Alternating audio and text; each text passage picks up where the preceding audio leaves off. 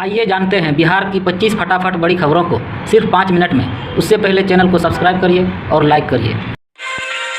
NEET छात्रा मामले में आज एआईपीडब्ल्यूए करेगी विधानसभा का घेराव। गांधी मैदान में जुटान छात्रा को न्याय दिलाने के लिए बेटी बचाओ न्याय यात्रा की शुरुआत की थी। नीट छात्रा के मौत मामले में एआईएसए का मतलब है ऑल इंडिया स्टूडेंट्स एसोसिएशन और एआईपीडब्ल्यूए का मतलब है all India progressive women association आज विधानसभा का घेराव करेगी। इसके लिए सभी लोग गांधी मैदान में जुटेंगे। बेटी बचाओ न्याय यात्रा की शुरुआत 4 फरवरी से जहानाबाद से हुई थी, जिसका समापन कल पटना में हुआ। यह विधानसभा मार्च महिला सुरक्षा को लेकर सरकार की जवाबदेही तय करने का मार्च होगा। एआईएसए-एआईपीडब्ल्यूए ने स्पष्ट किया है कि आज होने वाला विधानसभा मार्च राज्य में महिलाओं, छात्राओं और बच्चियों के खिलाफ बढ़ती हिंसा और प्रशासनिक संरक्षण में हो रहे अपराधों के खिलाफ है। इस मार्च के माध्यम से सरकार से मांग की जाएगी कि महिला और बाल अपराधों की लापरवाही बरतने वाले अपराधियों पर कड़ी कार्रवाई हो।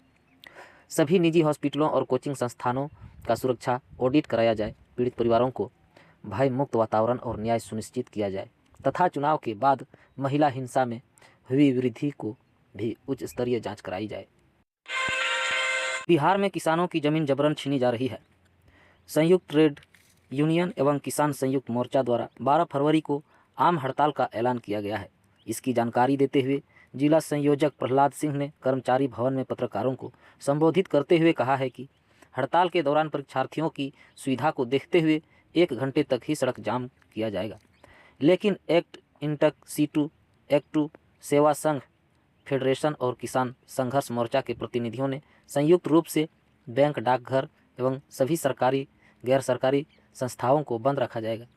इसके लिए जिला मुख्यालय से लेकर अनुमंडल एवं प्रखंड स्तर पर कार्यकर्ता मुस्तैद रहेंगे। नेताओं ने कहा है कि इस हड़ताल में जिले में तमाम औद्योगिक प्रतिष्ठानों के स्थायी कर्मचारियों के साथ साथ बड़ी संख्या में असंगठित क्षेत्र के मजदूर भी शामिल होंगे।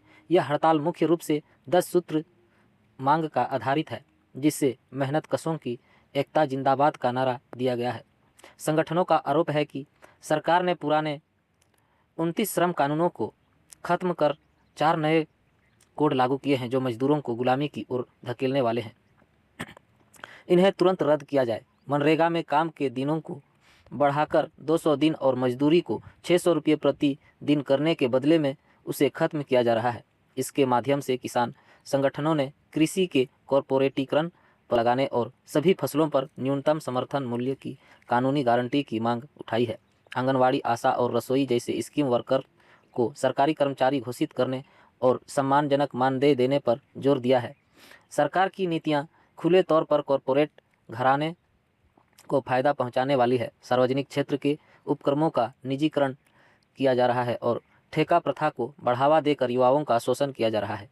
महंगाई और बेरोजगारी से आम जनता त्रस्त है, जबकि सरकार केवल पूंजीपतियों के लिए नीति बना रही है। इस हड़ताल में बरौनी रिफाइनरी, खाद कारखाना और थर्मल पावर स्टेशन सहित निजी क्षेत्रों के मजदूर भी शामिल होंगे। चारों लेबर कोड वापस लेने तक हम लोग चरणबद्ध आंदोलन करते रहेंगे। बैंक, पोस्ट ऑफिस, सभी केंद्रीय और सरकार के उपक्रम में हड़ताल पर रहेंगे। प्रेस वार्ता में प्रहलाद सिंह, चंद्रदेव वर्मा, उषा सहनी, दिनेश सिंह, रंजीत कुमार, प्रदीप कुमार और ललन ललित भी उपस्थित हैं। बिहार से विश्व चैंपियन तक वैभव सूर्यवंशी की सफलता की कहानी।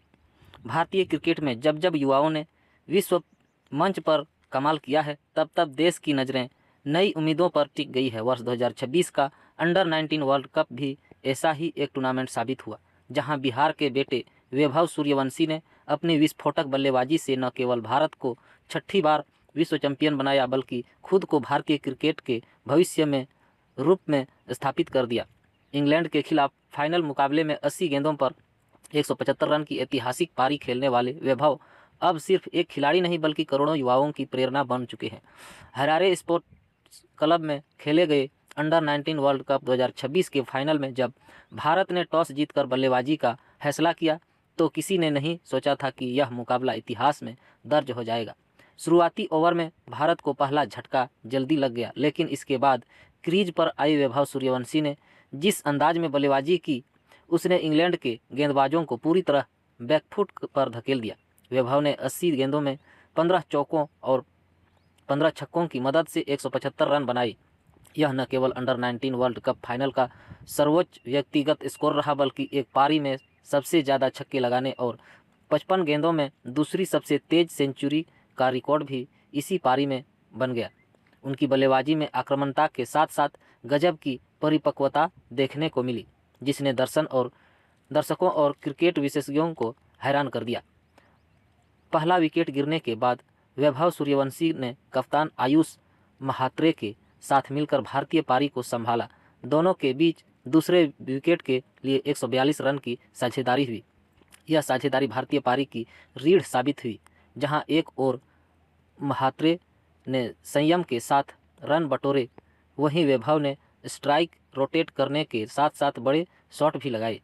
महात्रे के आउट होने के बाद भी वैभव का बल्ला नहीं रुका। उन्होंने वेदांत त्रिवेदी के साथ तेज रफ्तार साझेदारी करते हुए भारत के स्कोर को 250 के पार पहुंचाया और इंग्लैंड पर दबाव लगातार बढ़ाते चले गए।